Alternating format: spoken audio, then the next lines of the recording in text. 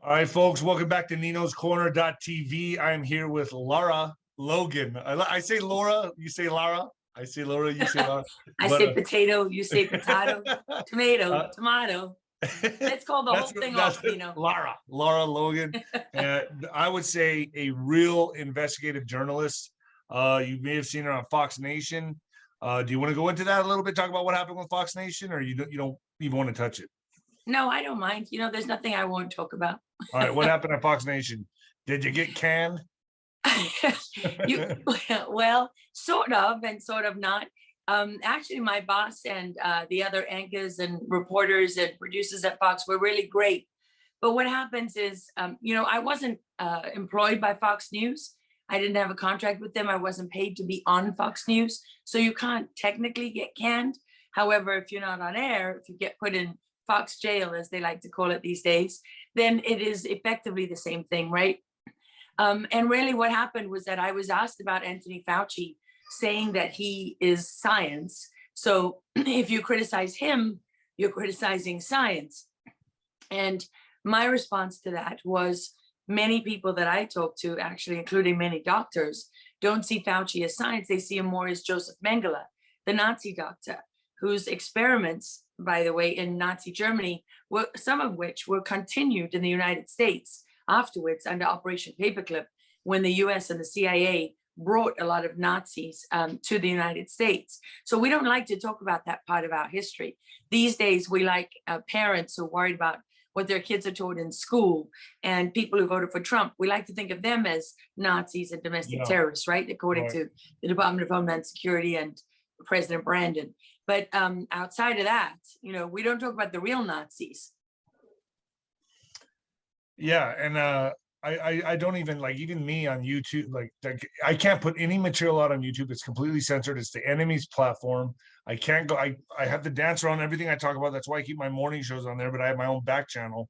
It's so, on all fronts. You got to work towards a place where you're not even on YouTube. Why do you even care? I mean, I know it's the town square. I can reach the normies there. I can reach the normies there. I know. But the more, here's how I see it. The more platforms, the better. So if I keep YouTube there, I still have Rumble. I have BitChute. I have my Nino's Corner.tv. Yeah. But I use them all for the strength that I can use them for. Like YouTube normies, red pill normies, keep it surface level stuff. Rumble, I can go a little more full retard, and then Nino's Corner.tv, I could go really full retard. So it's like, you know what I'm saying? Like, I kind of use every platform for what it's for. I do, and you're right about that. But this is where what it comes down to for me. As long as we continue to use those platforms, we can't bitch and whine about them censoring us, because we are empowering them. We're endorsing the censorship. We're continuing to enrich them and keep them. They've been able to build themselves as monopolies in violation of antitrust laws with Section 230 protection. They have violated that trust, and there's no reason they should still have it. But as long as we still do this, we're playing into their hands. So it's going to cost us, but what are you willing to pay, right? Right. Yeah, you're right. I mean, I've always looked at it as bring the normies, like the Pied Piper. Bring the normies from YouTube to my Nino's Corner.tv and red pill the shit out of them there. I don't know. I mean, it's a tough one. It is tough. I mean, I'm just going to keep going until they bomb me. I mean, I walk the line, and I mean, once they blow up my account, that's fine. I'm getting everything ready on this side. I'm building Rumble. I'm building BitChute. My Nino's Corner.tv is going well, and I mean, have you ever watched a young YouTuber? His name is D'Angelo Wallace. Have you ever watched his 1 hour takedown of a guy called Shane Dawson? Shane Dawson had 23 million subscribers on YouTube. So you got to imagine the entire infrastructure of YouTube, from the algorithms to the branding department, the marketing department, the front office, the hierarchy, the entire machinery of YouTube was behind him. Right? That's what it takes to be that successful on those platforms. Right. And yet this is a guy who's pushing pedophilia, who's pushing sex with animals, which they now have a cute little name for, zoophilia. And they're making people like this rich. Right. I mean, they're destroying, they are rotting our society 'Cause from he's feeding within, their narrative, feeding their agenda. and we're empowering them. Mm. He has 22 million subscribers, and that's what he's pushing. Before he was canceled, he even, in the 1 hour takedown of Shane Dawson that this kid D'Angelo Wallace did, you got to watch it. He's really good, D'Angelo Wallace. And as you watch it, you'll hear him. You hear Shane Dawson being interviewed, telling stories about flipping his cat over and spreading its little chicken legs and so on and so on. It makes you want to vomit. And these are the kind of people who they are not only not censoring, but they're backing them. They're turning them into superstars. I mean, if YouTube doesn't write an algorithm that is designed to make you successful, you never reach that level on their platform, right? That never, ever, ever happens. So you got to know that the entire infrastructure of YouTube is backing this guy. And that's what does that tell you about who these people are? I mean, I understand the logic, and Dave Rubin, who's got the Rubin Report and created Locals, and I'm on Locals, and I love Dave, and he always says you can't give up the town square, and that made so much sense to me when he said it. That's what you're talking about. The town square is where anybody can find you, right? But the problem with it is these people are not a true town square. They have been allowed. I mean, first of all, these technologies were not developed by them. They were developed by the government, by DARPA and the CIA and others, and they're funded and supported both in terms of infrastructure and money by the government. The line between big tech and big government doesn't actually exist. And as long as we empower these platforms, nobody else will ever be able to compete. So Rumble will always be niche, right? To a degree. It'll always be one side of the spectrum. And I've just reached the point where I, in good conscience, once I know my eyes have been open to the fact that you are literally pushing these ideas, and this is what you're doing to kids, and this is what you're doing, with animals and so on. I just I give up Yeah. at that point. You can have the town square. At that Yeah. point, it's yours.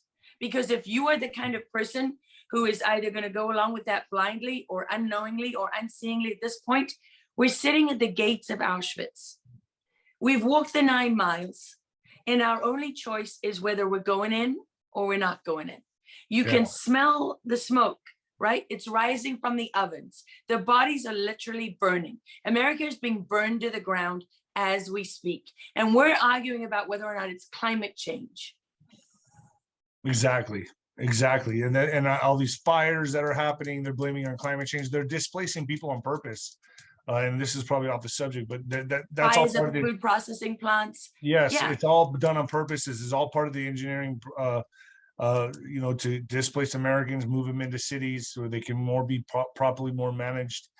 This is all part of it. And I know that there's certain narratives that are going on right now, and I think that a lot of people are waking up to them, but not fast enough. I mean, I see sleepwalkers walking around. I mean, you can identify them now easily. They're wearing masks. They're walking around everywhere.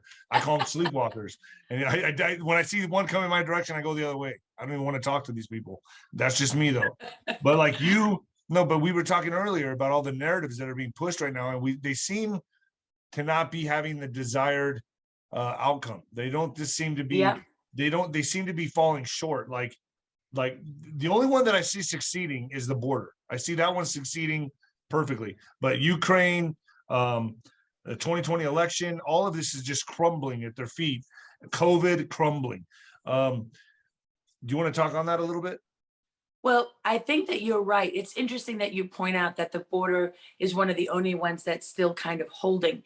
And what I have come to in my investigations and in my work is that whenever a false narrative holds, it's because both sides are keeping it in place.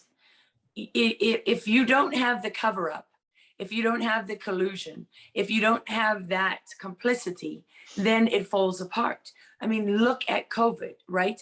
Although I don't understand why you still have Republican governors like Youngkin, right, in Virginia pushing the vaccines. I mean, how can you still have that at this point? You've had Johnson & Johnson, look what's happened with that vaccine, how they've stopped that, right? You have people from Pfizer saying that anyone pushing the vaccine should be tried for war crimes, right? Crimes against humanity. Yeah. You've had, I mean, the body count of people who have died as a result of the vaccines or who have been vaccine injured. And then not only that, but even the false narrative that if you have the vaccine, you won't die or you won't be hospitalized, even that's fallen apart. I mean, now they're admitting that there's no efficacy to the vaccines. And on top of that, the vaccines could be, there's no data saying they're not linked to new variants and, you know, more variants and so on and so on. So, I mean, the COVID narrative has been absolutely ripped to shreds, right? There's still a lot we don't know about funding of gain of function research and the release of the virus and so on and so on. And we don't have any accountability. And so what you see is this panic, right? I mean, the Supreme Court narrative on, you know, Roe versus Wade is absolutely, to me, by my estimation, from what, you know, my experience looking at this, is an act of absolute desperation. What a total panic. And it's not aimed as much at the right as it is at the left, because just as those people that you talk about, the normies or whoever, right? If you talk about the people who are either in the middle or middle to the left, or, you know, liberal, Democrat, whatever you want to call them, or maybe independent, who are not quite sure, they are the people who are being targeted by this Roe versus Wade leak, right? Because those are the people they don't want to see the whole COVID narrative falling apart. And the truth about COVID is that it unites all of us, black, white, rich, poor. You know, I mean, I was at the Defeat the Mandates March in Los Angeles. Riza Islam from the Nation of Islam was on the stage with Mama Bears, you know, who's a Hispanic mother and a white American mother, who literally told me, by the way, how they chained their friends to the state legislature in a protest, right? I mean, it's what you really see when you go to these events at Defeat the Mandates. You see the whole of America represented. You see black female firefighters on the stage with huge, burly, white Irish dudes from New York, right? Who are all fighting for the same thing. They're tired of being lied to. They're not going to poison their children, and they're not going to put up with this. They're not going to put up with the attack on their freedoms. So in order to stop the left and their base from, you know, acting and demanding accountability on the truth, they control both sides of this narrative, right? I mean, there's, to me, no more perfect example of this than January 6th, because many people, millions of people, have woken up to the fact that this was obviously an operation, right? There were just as many Antifa and FBI agents in the crowd as there were Trump supporters. And the real instigators, because what is Antifa trained to do? Incite and agitate and instigate. The real instigators were those people. However, what we don't talk about is all of the Republican leaders like Mitch McConnell, who wanted to stop the Republicans in Congress, the Marjorie Taylor Greenes and the Matt Gaetzes, asking for an audit, putting that into the legislation, into the record on January 6th. They weren't there to stop the vote. They were there to get an audit of that election. And so it was as much in the interest of Republicans like Mitch McConnell, who didn't want Trump there and who didn't want an audit, right? Who still don't want the candidates that are for the people. They want their rhinos, they want their establishment figures. And so that's why they were just as much involved in setting up January 6th as the Democrats. That's why you don't have Republicans like that in Congress calling for the release of all the footage. They don't want you to see the Oath Keepers, who are supposedly a terrorist organization, right? They don't want you to see them talking to a Capitol policeman, being escorted through the crowd into the Capitol and helping them actually make a tunnel, right? Open a path in the crowd to escort Capitol police officers to safety. Why do you not hear Republican leaders talking about this? Why does Marjorie Taylor Greene and Matt Gaetz and the others, when they go to the off-site correctional facility, which is a black site for foreign terrorists, where American citizens are being held without ever being convicted of a crime, why is it that only a handful of Republicans will go? Because the Republican leadership is as guilty as the Democratic leadership. 100%. And it's disgusting. Yeah, both sides are dirty. Both sides are guilty. You got, the rhinos, that's what is kind of confusing right now. Like I see, and I don't know much about him, but I know he's part of the World Economic Forum, is Dr. Oz. Trump gave him an endorsement. I don't think you can serve two masters. I don't see how you could be part of the World Economic Forum and then protect our Constitution. You agree with that? Are you kidding me? I mean, the World Economic Forum should be burned to the ground. This is what people don't understand. They're calling for why is Trump to get rid of the endorsing this media. guy? Why is Trump They want to say endorsing this? get rid of the FBI, get rid of DOJ, get rid of the media. No, what you need to get rid of is WHO and the World Economic Forum and all of these other global bodies that American traders have signed up to and are looking to actually give up American sovereignty in order to have a global governance. And if you look at the Secretary of State, Antony Blinken, he echoed Obama's words when he said that this idea of having a superpower, a one nation that's sort of leading the world and leading others, he said it belongs in the trash bin of history. And that's exactly what Obama said. These people do not believe that the United States should be a superpower. So what does that actually mean? What's frustrating is that people don't follow that statement or that policy to its logical conclusion. How are you going to remove the United States from its superpower status? That's proving to be a lot more difficult than they expected, because a good 15 years ago, they started with this whole narrative that every empire has to end. Rome fell, and so on and so on and so on. The United States has had its day. It's going to go the way of all the other empires, right? The British Empire, Alexander the Great, Genghis Khan, so on and so on. And what's happening is that there's this inconvenient reality where America's dug in. And the many countries and many people across the world actually don't want the United States not to be a superpower anymore, because they see the alternative. They see the reality. Africans embraced the Chinese. They took the money, the cheap loans, and so on and so on. And now what do they find? Their countries are flooded with plastic Chinese crap that nobody wants and doesn't last. Their countries, their infrastructure, critical infrastructure has been taken over and owned by the Chinese. And you know what? The Chinese don't treat them well. They don't pay them well. They don't build roads that last over there. Not because they're incapable of it, because they don't want to. They don't care whether your roads are falling apart and your bridges are safe or not. They don't care. They couldn't care less. They don't build medical labs to save people. They build bioweapons facilities to kill people. That's why US intelligence monitors every single lab in China and always have. That's how you know they were lying from the beginning. And that's how you know our own government is lying from the beginning, right? There are big, big questions there. And when it comes to who Trump's endorsing, all I can say to you about that is no one bats 1,000. Right? Right. Yeah. Nobody bats 1,000. I talked to Juan about that. He says you got to keep your enemies closer. But I mean, look at what we're coming into the midterms, and there's a lot of people that are a lot more qualified, to be honest, that I feel like Joey Gilbert, one of them in Nevada. And then Trump Joey Gilbert is great. Yeah, Joey Gilbert is great. Who did Trump endorse over him? A fucking rhino. But that's all I'm saying is that who lost though, right?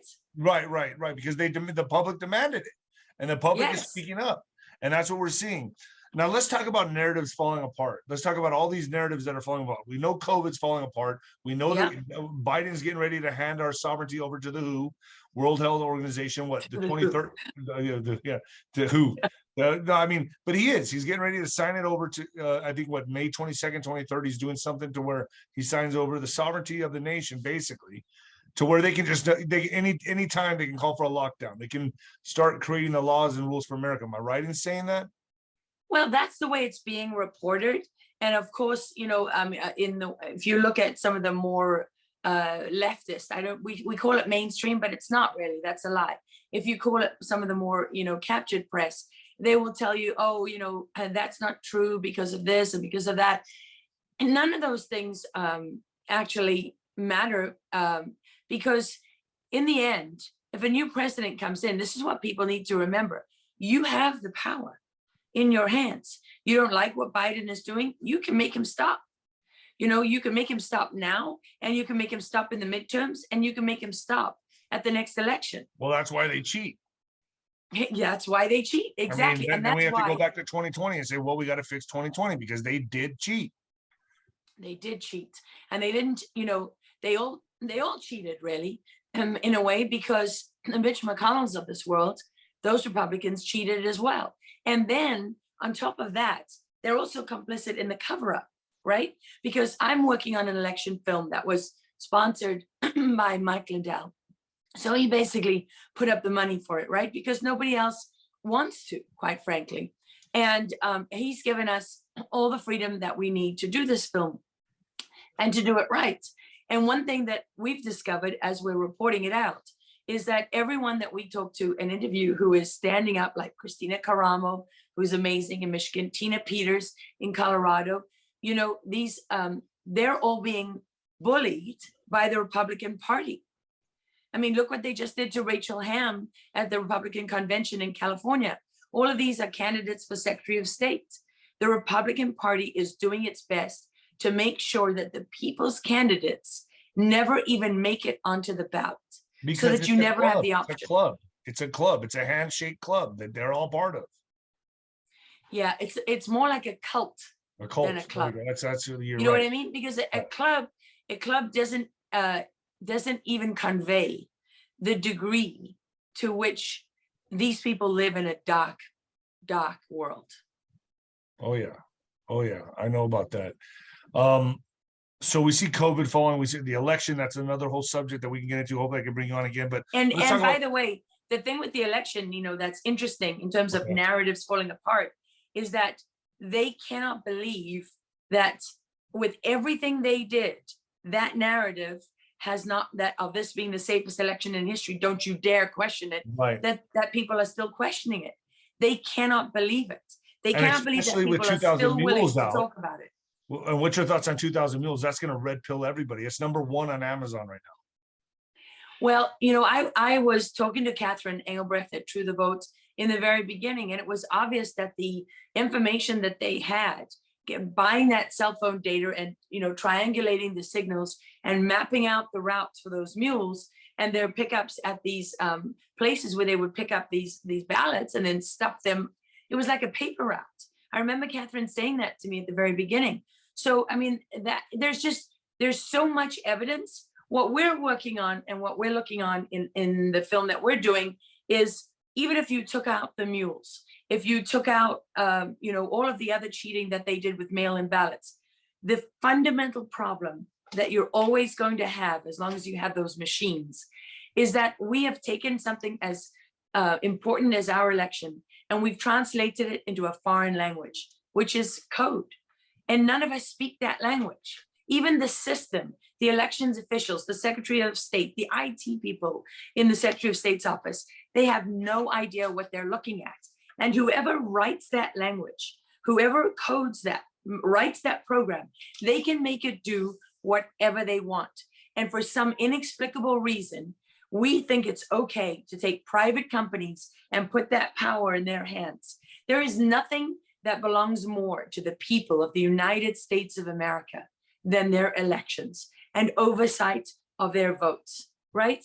And yet we've taken it away and we've put it behind a wall, an impenetrable wall where only a few people speak that language. And none of, as long as you have those machines, you've gone from the ability to pickpocket someone, because there's always been fraud. They love to say that. They love to tell you, oh, you're always going to have fraud. There's always been fraud. But what they don't tell you is that with the machines, they can steal elections on a global scale, hide their tracks, and make it impossible to detect. Every single so election, you're in the middle everywhere. of you're in the middle of creating this film right now? Yeah. When do you think it'll be out? Before the midterms? Are you going to target for that? It's got to be. It will. You got to kick it in the ass, Lara. You got to do it. Sorry, but it's got to get out before the midterms. It was supposed to be out 2 months ago, but it will be out before the midterms. It's got to be out long before then, because we were, our original deadline was scheduled for a long time ago. It should. I'm hoping that it'll be out in the, there's a good date in July that's being targeted. Okay. Mike Lindell he's pretty amazing. People underestimate him, because the media loves to attack all of these people, right? And I don't understand why Americans will say, I don't trust the media, but then they'll Google something or they'll hear what people in the media say about someone. And then they'll be like, oh, well, Oh yeah, they said I'm this. not listening to that guy. Yeah. But Mike has this idea. I don't know if he's going to be able to pull it off. I don't even know if I'm supposed to say this, but he wants to do the premiere at Mount Rushmore, which I think Beautiful. would be pretty unbelievable. I'll go. I'll definitely go to that. And you know what? I always say yes to everybody. That's why when I did my shows and I first came onto the scene, I aired my dirty laundry out right in front of everybody. I was like, hey, this is what I'm about. This is who I am. I'm a fighter. But yeah, I got some dirty laundry and here it is. And I don't care. I put it out there. And it's in my book even. So like people can find out all the dirt on me. I don't hide anything. And I think that's actually a superpower. That's a strength. It is. It is. And by the way, you can't throw mud at someone who's made of mud. No. And anyway, if they do, you just have to stand up and they'll run. Yeah, no, I believe me, I have no problem doing that. There's a lot of truthers out there that do this. And I said, listen, if I see you at an event, you're gonna get embarrassed. I'm gonna make it happen. So let me ask you this. Let's jump to these. I got some bullet points here and okay. The border. Okay, so let's talk about the narrative falling apart. COVID, the election, those two are falling apart. We know that. The border, we think, is the only one that's really sticking. But you spent a lot of the time at the border. I live on the border. I know what's happening down here. Give me your thoughts on the border and what's happening here. China, funding the cartels. They're sending their pharmacists, which you told me about earlier. Go into that a little bit. So the reason the border narrative appears to be holding is, again, because both sides are complicit and the leadership in Texas are not doing enough. And they're not doing their jobs and they're not upholding the law. That's a reality. And also because we allow both sides, the border to be framed in terms of people, illegal immigration. We never talk about national security. We never talk about the cartels. And this is a very important tactic that you see them using over and over again, is they want to keep you in the emotional space. Because, for example, you can see the same strategy play out with the Second Amendment. They will never talk about removing the Second Amendment because they cannot win that fight. They will talk about the mother at Sandy Hook whose young child was lying in a pool of blood. There's no argument you can make in that moment about guns that sounds reasonable, right? None whatsoever. So it's the emotional argument that they're advocating for all the time. This is in all of their doctrine. You can read it in Momentum, which is an organization that has mapped out guiding the resistance, how to create your own resistance movement. I've got a document on gun control that was written in 2012 that was still being circulated around the time of the Parkland shooting and is still in circulation now. Right? This document that is being pushed that maps out, stick to the emotional argument. It's the same with Ukraine. Stick to the emotional argument. The families being killed or pushed out. Don't talk about the reality. Don't talk about Ukraine's Nazis. Don't talk about the oligarchs. Don't talk about the money laundering. Don't talk about the bioweapons. Don't talk about the substance. And that's what you have with the border. Don't talk about the cartels. Just talk about the people coming across. And by the way, what's really interesting, if you doubt what I'm saying, then look at this. Just look at the number of illegal immigrants who are dying every single month trying to get into the United States under the Biden administration. Remember under Trump, it was these people are dying because of Trump. They're dead because of his policies. They're dead because he's forcing them to do this and to do that and blah, blah, blah. The numbers of dead illegal immigrants every month dwarf the Trump administration by a nuclear factor. Okay. And what do you hear about it? Nothing. Nobody talks about it. The number of American kids dying from drug overdoses, from the drugs pouring over that border. What do you hear about it? Nothing. Nothing. My friend, I just lost another friend this week. And I assume they said she took something. Well, the only thing I could think of is fentanyl. And I was talking to a friend the other day at the gym. He's like, bro, I've lost 6 friends. The guy told me 6 of my friends. I have friends that are still partying or whatever, and they're like, man, we have to use testing kits to just go out and have a good time. We have to have testing kits. You know, because what parents need to understand right now is that the kids today in the party scene, they're all experimenting with drugs. They're all doing it, man. It's like, I would say, Yeah. if you're in the bars, everyone's popping pills, man. Everyone's taking something, and that stuff is laced. That stuff is laced, and people are dropping like flies. I know of the only time I lost a lot of friends was during the cartel wars here in Juarez. I lost 9 friends in 2 years that were close to me that got shot. But now I'm losing people that I know from all over that are still in the party scene, dropping like flies from fentanyl. And you know what, Nino? So I'm going to tell you something that's going to change the way that you talk about that. These drugs are not laced with fentanyl. Like when you say popped a pill, these are counterfeit pills. Okay. That's a better, okay. Good And correction. guess what they are made with? It's ironic, but they're made, a lot of them, from baby formula. So people think, no way. Yeah, they think that they're taking a Xanax and they're taking an Adderall or they're taking a Percocet or whatever. And what they're really taking is a bunch of baby formula mixed with fentanyl. It doesn't have any of the So do you ingredients of think those that's the pills in it. linkage between our baby formula shortages? Do you Well, think there's we a know link that the there? supply lines are down. And we know that the Chinese are working with the Mexican cartels. Fentanyl, for those who don't know, fentanyl was invented actually by a Belgian pharmacist, right? Way back in the 1960s. It's a hospital drug primarily used in surgeries because it's an opioid type of, it functions like an opioid, and it creates a very fast high and a very fast drop off. So it's great for people pushing illegal drugs because you need more and more and more of it, and it's so highly addictive. But what it has done is it has changed everything, because when it first appeared on the streets in the United States, most DEA agents had no idea what they were looking at, right? It was never used as a street drug. It was introduced as a street drug by who? By the Chinese. In 2011, 2012, it started as a mail order drug. So you would get just a couple of grains, right? And would come in the mail, impossible to detect. But very quickly, what did the Chinese do?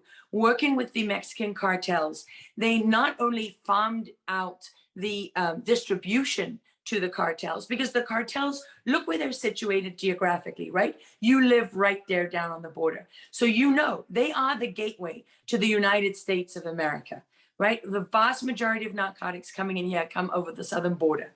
More and more these days from the northern border, but primarily the south. So what have the Mexican cartels done over the years? They have transformed from the 1970s when they were growing marijuana and you know, sending that across the border. They are now the most powerful criminal organizations on earth. They control more than 90% of the global trade in narcotics. That means every single street gang in any country, anywhere in the world, is dependent on the Mexican cartels. You can be the 8th Street Gang in Guatemala, you can be MS-13 in Honduras, or you can be in Japan. You can be with the Yakuza in Japan. You can be with the organized crime in Moscow or in Africa. And you are getting your drugs from where? You're getting them from the Mexican cartels. Wow. Even the cartels of Colombia, right? Which were the most famous, the most violent, Pablo Escobar and so on and so on. Who are they working with? They're supplying the Mexican cartels who are bringing it into the United States because it's not worth the effort for them to go to war with the cartels. And that's why you have Cartel Jalisco Nueva Generacion. They're in 48 countries or more. Sinaloa, 54 countries or more, right? They're all over the world. You buy methamphetamines in New Zealand or Australia, right? You're paying there $200,000 for a bag of drugs that would cost you maybe 20 or 30 in the United States because it's got to go all over the world. So these are the richest criminal organizations on earth. They've diversified. They're in huachicoleo, which is the industrial theft of oil. They're in avocado industry. They're into kidnapping. Oh, and let's not forget the biggest money earner of all, human trafficking, right? Which is modern day slavery, whether it's debt bondage, as in, you're indebted to the cartel forever because the debt isn't paid until they say so. And that's why, by the way, they're taking people's land back, where they live. They'll take whatever. Then you have labor slavery, where you have to work to pay off your debts or work for the cartels for the rest of your life, where they kill everyone, kill you, right? Or worse. And you have sexual slavery, where basically even pregnant women, there was a bust in Texas, 8-month-old women who were 8 months pregnant were showing up every day at a gas station to be raped by a bunch of strangers every day until their debt is paid off. I mean, these people are disgusting. And who do they have a deal with? Do I have proof that they have a deal with the Biden administration? No, I don't.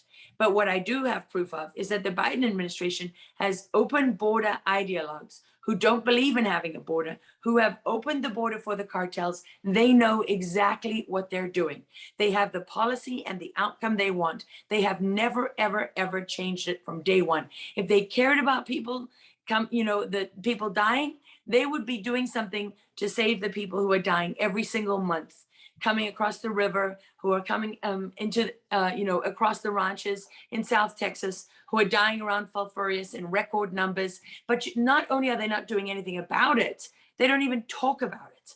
So obviously they don't really care about the people. This was never about the people. And if you talk about the border in terms of illegal immigration and people, you are playing into their hands. Congratulations, you just took a knee in the dirt and you asked for what's coming to us, because it is not drug addicts, crack addicts on the streets of Baltimore who are dying in record numbers today. It's kids. I was talking to someone yesterday who's a friend of theirs. Their daughter took half a Xanax. No, their son, half a Xanax, older brother babysitting the younger brother, half a Xanax. It is not really Xanax. It is a counterfeit pill. And the people supplying the dyes, the color dyes to make it look real, the printing presses, and so on, who are they? The Chinese are shipping that in shipping containers to the Mexican cartels. They arrive at the ports and they're using that to create fake pills. These are not real. This is not medication. This is not what you think it is. And yes, people are taking testing kits because fentanyl, these narcotics that are produced in laboratories are so cheap to make. And there are so many labs now, because you can have apartment buildings in Monterey and all of these places along the Mexican coast that are high rises with how many apartments in them? Do you know how many of them have labs in them and how difficult it is to detect? The days of marijuana fields and, poppy fields where DEA could fly over and they could estimate what the crops were going to be and how many of, drugs would be on the streets and so on and so on. Those days are over. Okay, because you are now in an apartment. In every apartment in that building, you could be making fentanyl. And what they're doing is they're one thing that makes me nuts, Nino, is when I hear people say, well, as long as Americans have an appetite for drugs, they're feeding the drug trade. Yeah. For crying in a bucket, okay? It's time to wake up. People all over the world consume drugs. There's no more appetite for drugs in America than there is in London, for example. Yeah. New York versus 100%. London. Give me a break. And everyone I know is on Adderall, on Xanax, on whatever. They're all taking something, antidepressants, whatever. You go to Yemen, you know what you find? The tribesmen are chewing on cut. What do you think that is, right? These are narcotics. You go to South Africa, I mean, where do you find the best marijuana? In the rural areas, right? Where the tribesmen are sitting there smoking it, as they have since the beginning of time. And so I'm not justifying it. I'm just saying that's a false argument. And on top of that, what the cartels are doing today, because these lab produced narcotics are so cheap, they are giving it away. They're creating markets where there were no markets, and they're mixing it with meth, mixing it with cocaine, mixing it with marijuana, mixing it with vape, mixing it with all of these different things, so that when, for example, on the East Coast, there's a great DA agent there who I know, special agent in charge in Boston, and he's telling me, we never had a meth problem. We've got people dying from overdoses from meth. Because why? Because it's mixed with fentanyl. So what the dealer will do is they'll say to you, oh man, sorry, I'm out. But here, take some of this. This will tide you over. And this is China's way of it is happening, killing off Americans, depopulation. Along with the vaccines and all that's happening, this is another method to just wipe out America. In 1999, 2 Chinese colonels wrote a book called Unrestricted Warfare, and they've updated it since. And drug wars go all the way back to opium in China. What do you think the British did? It's falsely reported online that China didn't have any drug problem before those wars. China was a consumer of its own opium. What the British did is they brought in opium from India, because what happens to your society when it's flooded with narcotics? It eats itself alive. It just destroys itself from within. People who are on drugs struggle to, many addicts, well, addicts don't hold down a job, do they? They don't pay taxes. They don't join the military. They don't join pro sports. They don't raise, kids who have the benefit of a stable home, and so on, right? So back in, I think, 2015 or 16, when the United States was at 61,000 overdose deaths, the cost to the United States economy was 525, I can't remember if it's million, $525 million that year alone. The last year, the deaths, overdose deaths in the United States were over 106,000. So it's almost doubled. So imagine what the cost is to the United States today. And of course, the Chinese are doing it. You see them doing it as well in states where marijuana has been legalized. They are buying up real estate and increasing production of marijuana. You see it in the Chinese buying up land, right? They're buying up land in strategic areas, like with, overlooking Loughlin Air Force Base, and in other parts of Texas, buying up land where, that is critical for farming and agriculture, for the food supply. I mean, we were lied to about globalization, right? That's one of the narratives that has hurt us the most, because we were just told that globalization would make everything cheaper and everything better. We were never told about the price. And so the price is, that much of the Midwest has been shut down, and literally shut down physically. I mean, houses shut down, towns shut down, industry shut down, lives shut down, families destroyed. And not only that, all these people who can only see dollar signs, they all went for outsourcing everything to China. And now you wonder that our food supply is in jeopardy, our medical supplies, and so on, because you gave all that power to one country. I mean, that's called putting your eggs in one basket. And that saying is as old as humanity, right? Because we've known from the beginning of time that doing that is stupid, and yet we did it. Now, I mean, you just drove the school bus on that one, Lara. Wow. I mean, I didn't even have the comprehension on what's going on the border, like what you just said right now. What about the homeless, though? I mean, think about the homeless. I mean, all the tent cities that I see, just coming from Vegas to here. Think about the homeless. They've got to be dying in record numbers, because that's what they depend on, is this shit. I mean, they're all, I mean, a lot of them are on meth. Let's just be honest. So do you know what the homeless numbers are, the die off with that, by any chance? I don't know how many homeless are dying, but this is what I can tell you about the homeless. I went to California, right? And I filmed part of my series for Fox Nation there. It was fascinating to me, because I didn't understand how can Governor Newsom stand up and invite the homeless to come to California? Why would he do that? How does that make any sense? It makes no sense, right, on the surface of it. You already have campaigns in California called Not in My Backyard, which is where wealthy California residents, they don't want the homeless camps in their backyard. I love it, right? We're so holier than thou. We're the great moral, virtuous people, right, but we don't want to see the homeless in our backyard. So you have a lot of wealthy voters in California who are obviously have an issue with these policies. I went to Oakland, was one of the places I went to. And what did I discover? Well, they had actually given part of the seashore, this beautiful, beautiful area with a magnificent view. And it was riven with tents, right? It's just a massive homeless camp. And the local guys that were showing me around said, we cleaned up this whole area not so long ago. But then what was happening was that the homeless people were going and they were getting in all the in the boats. So people were coming to, go sailing at the weekend, and they were finding that homeless people lived in their boats. You don't hear about that in the California narrative either, right? And what did I learn and discover? Well, number one, Oakland closed its prison. They just let out all the prisoners, all these people onto the streets. Number two, I had to go from one camp to the next camp to the next camp, trying to find someone who I could actually, in good conscience, I could interview them and put them on television.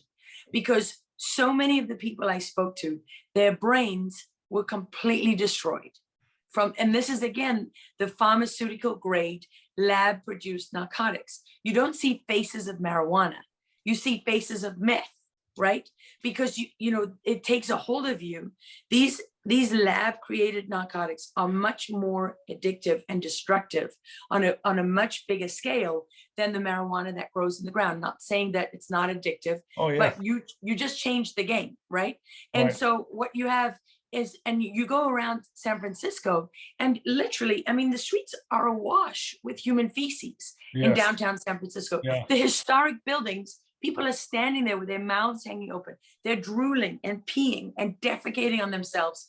And nobody has a problem with this. You know, your leaders, I literally drove a car. What we did is we watched the mileage in the car, and we drove from the center of this filth and human destruction, this wasteland of addiction and narcotics. We drove from there to Nancy Pelosi's home.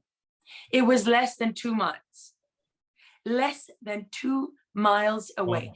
And we drove to, who's the other beaut from California? Dianne Feinstein. We drove to her house. Same thing. Some of the most expensive real estate in the United States of America is less than 2 miles away from where basically people are just wasting away into obliteration. And what does Gavin Newsom do? He doubles down and once again invites the homeless to come to California. You drive around LA now, the homeless problem is, you know, is just growing and growing. I've seen it. It's along the sides of the highways, and It's along the everywhere. beaches, It's Santa everywhere. Monica. And you know why? What's so interesting about that is, why doesn't Gavin Newsom care? You know, they're not changing the laws. They're not doubling down on drug crimes. They're in fact going the other direction, which shows you they once again have the outcome that they want. If they're not changing the policies that have led to those problems, and then they're quite happy having those problems. And so when you start to dig a little bit deeper and you think, well, why would you want that? California today has the highest number of billionaires of any state in the nation, right? So they have the richest people in America. More of the richest people live there than any other state. They also have the highest level of poverty. 1 in 3 people in California is in poverty. You go to Fresno, you go to the Central Valley, you see what that poverty there now rivals the Appalachians, right? Which was always the poorest place in America. And on top of that, you have more than half of the homeless population of the United States lives in California. Yet Gavin Newsom is inviting more to come. Because if you then go across, and you mentioned the World Economic Forum, right? And you mentioned the border. The border is an endless source of labor. So you have a state that is the very wealthy and the slave labor that serves them, the very poor who serve them. They have no rights. They're here illegally, so they never rarely rise above their station, right? Why does California say, we don't care if the middle class leaves? In fact, they're driving the middle class out with the price of land, the price of construction, these policies that they claim are green that are not really green. You know, why are they driving them out? Because they've got their slave class who they don't have to pay or treat very well to serve them. And this is setting the stage for where we're going to go. Remember, the World Economic Forum says we will, by 2030, the US will no longer be a superpower. So why any US leader is signing up for that, I don't know. But it also says we'll own nothing. We'll never have owned We'll be less. happy. And we'll be so happy. So doesn't that sound like California today? People Yeah. don't own land because they're homeless. They don't own cars. They don't exercise any of their rights. That is exactly where they want us. And on top of that, you have people like Yuval Noah Harari. Have you covered him? No, I He's have the not. psychotic lunatic that is an Israeli history professor, the Klaus Schwab the guy. advisor to Klaus Schwab. Yes, yes. So what does he say? You know, he says that all of these people who are unskilled labor, most of Africa, most of India, that's what he said, right? Will have no value in the future. They'll be essentially worthless. And in his own words, people can look up these interviews online. He says, what are we going to do with them? Well, we don't quite have that figured out yet. But what I'm thinking right now is video games and narcotics. So if you don't think this is by design, if you think it's an accident, and AI will take all their places, because AI will take the lower end jobs, middle jobs. They'll have AI ready for that. So the people that had those jobs are just perishable. You can just get rid of them. They're expendables. You just feed them drugs and they'll kill themselves. And until they, you're done with them, they won't bother you. Let's jump to Ukraine, because I want to knock out as much as we can here in this session. I'd love to have you on again. Ukraine, what do you feel is really going on there? I mean, I've heard Putin taking out biolabs. I've heard there's a lot of biolabs on the borders there. The Nazification of Ukraine. What's your view on that? Well, we know that there are biolabs because the United States had those labs listed on their website. The US Embassy in Ukraine, those labs were listed and then they were removed. And some of those labs were built by the Russians. That's how they know that they're there. That's one way that they know they're there, not the only way. And that was during the Cold War. And then under the Defense Threat Reduction Agency, we had Americans go in that supposedly were going to break down all of the anthrax and, whatever other bioweapons that the Russians and the Soviet Union had been developing. But that wasn't the only thing that we did in those biolabs. As it turns out, there were very, very dodgy things that were going on there. There were contracts made between private companies and the Defense Department that nobody wants to come clean on. And so I spoke to a number of different sources in the intelligence community, and they confirmed that there was, that the US was involved in developing of bioweapons in some of those labs with the Ukrainians to the detriment of the Russians. And Putin wasn't going to put up with that. He wasn't willing to accept that on his border. What you have essentially in Ukraine is not a war between Ukraine and Russia. If you look, since the late 1990s, NATO has been expanding. The United States and NATO countries have been using Ukrainian soil to attack Russia, to go after Putin. They've been using it for counter-Russian operations, whether they're information warfare operations or they're more nefarious than that. And they have been encroaching on the border. And Putin asked, he said, can we join NATO? We want to be part of the club. And NATO said, no, get lost, right? And so imagine that. I did not know that. I had no idea about that. Oh, yeah, absolutely. You can look that up. That's a matter, of historical record. And if you imagine, what if Vladimir Putin wanted to join NAFTA, right? And what had an expansion of Soviet countries and wanted to put missile batteries on the United States border with Canada and with Mexico. I mean, the United States would see that as aggressive acts and an escalation in the threat level against them from from a nation state. And the United States would take action to defend itself. And so from Putin's point of view, that's part of what they're doing, is they're taking action to defend themselves. But what most Americans are not told is that, many of the people in Eastern Ukraine consider themselves Russian. Not that long ago, they were part of the Soviet Union, and Ukraine is actually the Ukraine. It's a territory. It's not a country. And so we just whitewash that history. Obama, he was like not interested. When Crimea voted to separate from Ukraine, we were told, oh, no, that's not a real vote. That's a fake vote. Except it wasn't a fake vote. In fact, many people in Crimea wanted to be part of the Soviet Union because of what was happening to them under the government in Kiev. And by the way, it was always Kiev. It's still Kiev. And I'm not going to say it any differently because that's how it's always been said. And part of this rewriting of Ukrainian history is to change the names. And so what you had was basically the government in Kiev was installed by the US and the CIA in a coup. I mean, that's really what the color revolution of 2013-14 was. And the people that they installed, many of them are not good people. These are real Nazis. They're not neo-Nazis. They're not wannabe Nazis. They're not Nazi-style groups. They are the actual Nazis of Ukraine. During the Second World War, yes, there were hundreds of thousands of Ukrainian Jews who were murdered in unspeakable ways and who suffered and who should never, it's a tragedy of epic proportions, right? And it's a crime of epic proportions. But many of the killers were Ukrainian. Many of the killers were Ukraine's Nazis. After Hitler invaded Western Ukraine and they embraced the Nazis, many of them, it became a headquarters of the Nazi SS. and those people are still there. And very interestingly, if you look at Alan Dulles, who was head of the CIA, why did the CIA under Alan Dulles, which, it's hard to believe he would have been acting without, the backing of the United States government, the highest levels, why did they protect the Nazis of Ukraine from the Nuremberg trials?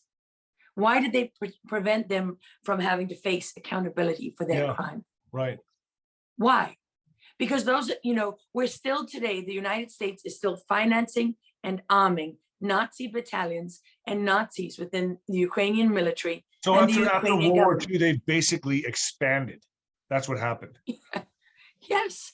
And Ukraine was a safe haven for them. And by the way, one thing that you can do, Nino, look at the pictures, right? When you look at the Azov battalion and you look at these paramilitary groups and so on in Ukraine, right? Who are these right-wing groups who are Nazis, self-identify as Nazis. What are they wearing? What are the tactics they use? They're identical to Antifa. So what do you see? Just like the Uniparty in America, left and right, Republican, Democrat are working together. In some ways, there's nothing that separates them. It's the same with the Nazis and Antifa in Ukraine. And Ukraine is a training base for Antifa. Antifa uses industrial grade fireworks. Ukraine's Nazis use the same fireworks, right? They target the police. They wear all black, both sides. Well, kind of like the Nazi brown shirts, right? Yeah. And then they are like the SS and the brown shirts rolled into one, because they are both the violent enforcers and agitators, and they are also the ideologues, because the SS was the incubator of the Nazi ideology. That's why they got their butts handed to them the first time they went into battle, because they weren't recruited for their strength and their size.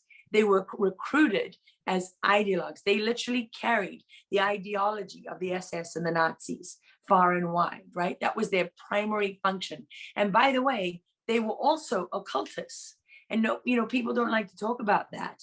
And they like to point fingers and say, oh, she's crazy. But it's not true. That's the common denominator with all of them, is this occultists. They're all occult. Yeah. They're all part of the occult. Yes, they are part of the occult. And, the SS would go and do rituals and, and sacrifices and all the rest of it. This was a very big part of the whole identity and the whole formation of the SS. And so the part they really don't like, they go nuts when I say this, so I just have to say it, is that the Azov battalion and people in the Ukrainian military, when NATO even put out their patch, what was on it was the black sun of the occult. And who used that insignia? Well, the SS used that insignia as well, which shows you through the symbolism that the ties are still there. George Soros, what was the name of his first financial fund after the Second World War, when he got his own fund up and running? What was it? I don't know. You can look on Wikipedia. The double eagle. Interesting. Wow. Whose insignia was the double eagle? Nazi. The SS. Yeah. That's incredible. Wasn't Prescott Bush a part of that when he came? Wasn't Prescott Bush, George Bush's grandfather, a part of that Nazi infiltration? Well, he was, Prescott Bush was head of the CIA, right? Right. I mean, ultimately he took over, and he was on Majestic 12. And the CIA and Operation Paperclip worked hand in hand with the Nazis. In fact, the head of Nazi intelligence was one of the people that helped set up the CIA.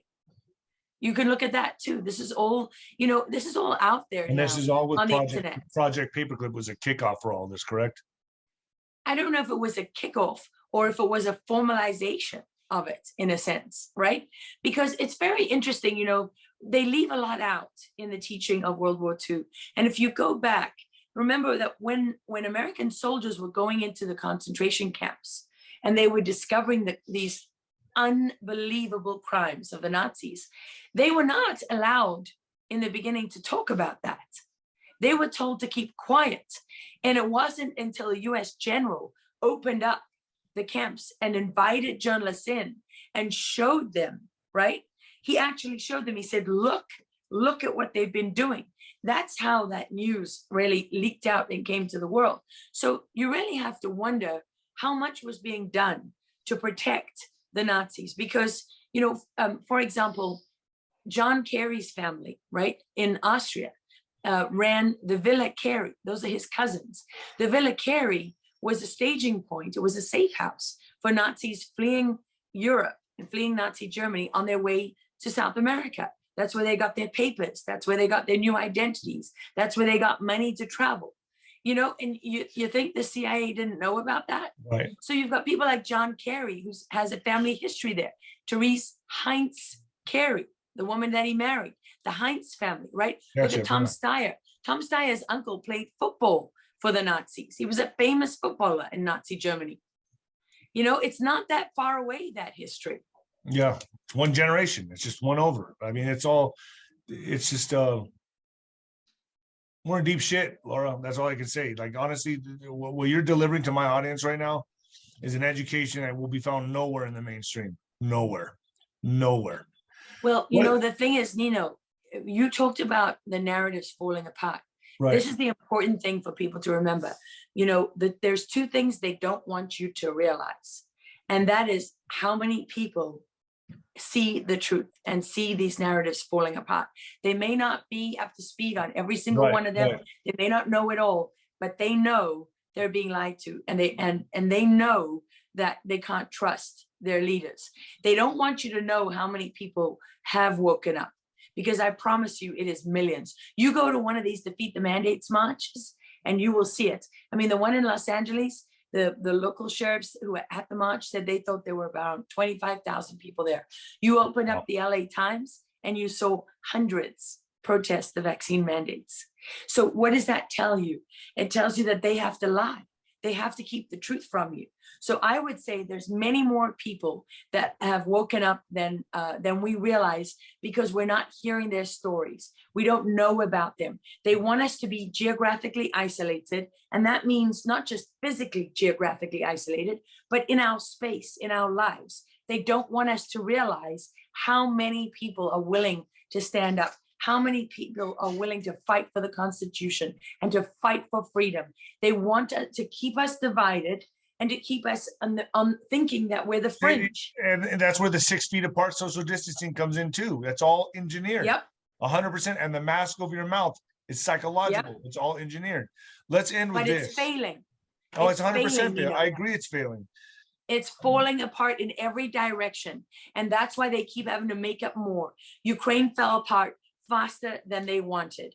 Look at what else. The governor Whitmer, remember the lunatic up in Michigan, the plot to kidnap her? Yep. That was complete BS. That was another deep state operation, right? Look how that's fallen apart. And January 6th is falling apart. And really, not as fast as it should have. Now I feel like they're jumping to Roe versus Wade. They're jumping to the mass shooting. Yep. I think the mass shootings are part of it. I mean, come on. I mean, I think now they're going to these desperate, like, Hail Marys, like, oh shit, everything's falling apart. Hail Mary, here we go deep. That's how I see this happening. Now let's talk about some good, try to go into something strategically happening. Durham. Let's talk about Durham, that I feel is a white hat move. I don't know if you agree with me or not, but I feel good things are coming from Durham. What's your thoughts on Durham before we close this out? Well, the most important thing for people to understand about Durham is that if you see anybody telling you that it's very hard to build a conspiracy case, don't believe them. Automatically put that person on your naughty list of people not to trust, because it's a lie. There are people who have built conspiracy cases for the Department of Justice for years, whether it's related to fraud, or whether it's tax evasion, and so on and so on and so on. We know how to do this. It is not difficult to build a RICO case. Rudy Giuliani did that against the mob in New York City, right? And that's the blueprint for how to do it. And what is just stunning about Durham is that, we now know. I knew it at the time because I was reporting on this and trying to get it out. But now we can see right there in plain sight. It's not true that President Trump was lying when he said he was spied upon. He absolutely was spied upon. His campaign was spied upon. The narratives about him and Alpha Bank and Russia and all the rest of it, they weren't Russian disinformation. That was paid for by him. They didn't come about because he was working with Russian intelligence. They came about because his political opposition Hillary Clinton and her whole her co-conspirators, they were behind that. Obama, Biden. I mean, this is pretty much out now. So do you feel kind of like as the narratives are crumbling and the red pill of America is happening, this is rising? This is where they're in deep shit. This is where it's almost like as the narratives fall down, as the deep state narratives fall down, we're rising with the Durham report, the Hunter Biden laptop, that's coming out to the public. So it's almost like a tower falling and a tower rising. Would you say that? Does that make sense? It does make sense. And I would say yes. The only thing is that shift is not absolute, right? And Right. this is, I think, is what people want to know. They want to know, are we winning or are we losing? And what they don't want to hear is that the reality is that even as we may win, even as we may prevail in this area and in that area, nothing is guaranteed. And so there's going to be a lot of casualties. Literally, there's going to be a lot of casualties in war. This is war. There's a price. And so even if, for example, just imagine that, okay, the midterms elect a whole bunch of candidates who are for the people. The fight won't be over for them. They're going to keep battling, right? Imagine that okay, let's just say that Trump comes back into office in 2024. Say that happened. The fight wouldn't be over. He would still face many of the obstacles that he faced the first time around. Or say it wasn't Trump. Say it was somebody else. Say it was General Flynn, right? Say it was Ron DeSantis, whoever it happened to be. You're still going to have obstacles. You still are. What we have to do is fight for the institutions that they want us to burn to the ground. So one of the things that I'm doing is I'm working with people to establish the Press Club of America. I want to establish a foundation for the media going forward, a press club that can recognize people like yourself, that preserves the principles of real journalism. They want us to believe there are no principles, and it's a lie. There are principles. So I want to preserve that and create a foundation, build a foundation with fellow journalists that is a foundation for us going forward, because I don't believe we're ever going back. I don't believe we're ever going back to a time where any of those publications try to live up to their responsibilities and duties to tell the truth and to be as objective as possible. We're never going back to that, but we can build for the future. We don't have to be on YouTube to reach people. We don't have to compromise like that. We don't have to give in to the people who are slitting our throats. So this is what we have to do with law enforcement, with what we have to do with our schools and education system. Homeschooling is only a partial solution because you've given up the town square now. You've given them our taxes. I haven't given it up yet. I'm still doing it. And, I'll get bombed at some point probably, but I just feel like I'm taking as many people from there as I can and bringing them over to us. Yes, but look at homeschool, right? People who are homeschooling because they want to, they want their children to get an education that they believe in. They're still paying taxes that are financing the indoctrination of other people's children. And not all of us can homeschool. My children would be, as we would say in my house, up shit creek without a paddle if I was homeschooling, right? I mean, we'd all be in deep trouble. I think you do a very good job. Just show them this video. Well, so what I'm saying is that for people out there, don't feel hopeless, because the narratives that are falling apart are a very, very powerful indicator that they are losing. You can smell the desperation in the air, right? I mean, every act, the Roe v. Wade reeks of desperation, and the coverage on Ukraine, it reeks of desperation.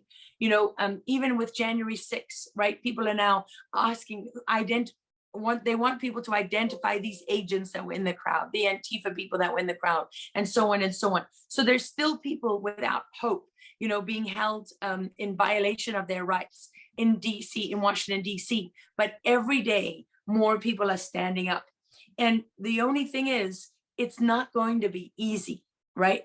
It's not going to be easy to take back that ground. Just parents in my little town in Texas are fighting to prevent the kind of indoctrination and propaganda and pornography in these books that they want to put in the books about children. I mean, books that make every white kid in this is always the rapist, right? Every kid on the football team is the rapist. The kids are all hanging out with their teachers at parties, doing drugs with them. And all of that is fine. No, it's not fine, right? You don't have to. And these things are financed by the infrastructure of the Democratic Party. You know, people are suing our local school board. They're not paying for that out of their own pockets. Their political masters are paying for that. You know, there's going to be a lot. It's going to take a lot to unravel what has been put in place. It doesn't mean the majority of people believe that. It doesn't mean that at all. They've got the foghorn, right? So they want you to think that, because what they are trying to do is crush your spirit. If you lose hope, beat us into exhaustion. That's right. Into submission. Demoralize us. A lot of the stuff they're pushing, yes, is to demoralize, kill the alpha male, destroy call it yes, toxic masculinity, all that stuff, to kill the male, the stronghold of this, destroy the male, push the transgender agenda. All this is all part of it. It's all part of it. It is 100% part of it, because look at who defeated them in World War II. The big strapping boys, right? Yeah, and many of them from Middle America. Why would you allow yourself to be reduced to flyover country? Why would you allow that narrative to erase your culture, to erase your history, to rewrite it all, and patronize you and demean you? You know, I always say to people when I speak, look down the list of Medal of Honor winners. Did they all come from New York and LA? I don't think so, right? So this is about, when you take back this ground, it requires hard work, but guess what? Americans aren't afraid of hard work. They really are not. The important thing is they're controlling they're brainwashing, they're controlling the media, and that's public enemy number one. That's public enemy number one. So people have to come to places like this to get the information, and it's very important we get it out there, because if you don't know who your enemy is, you don't know who to fight, and you're powerless. You're powerless. And that's the thing, is to know that every attack is an indication, just reinforces the fact that the most powerful force in the United States of America is we the people, right? And of course God, because the power of the people, those constitutional rights, they come from God. 100%. Laura, where can people find you? On Locals, and on Truth Social, and on Getter, and on I mean, you're Rumble. a huge name anyway. I'm just saying, like, when are you gonna, when are we gonna see you with your own show? I mean, I want to see it. So I'm just saying, you're a good question. It's a good question. You know, when I finish this film, then I'm gonna get my own show going. Good, because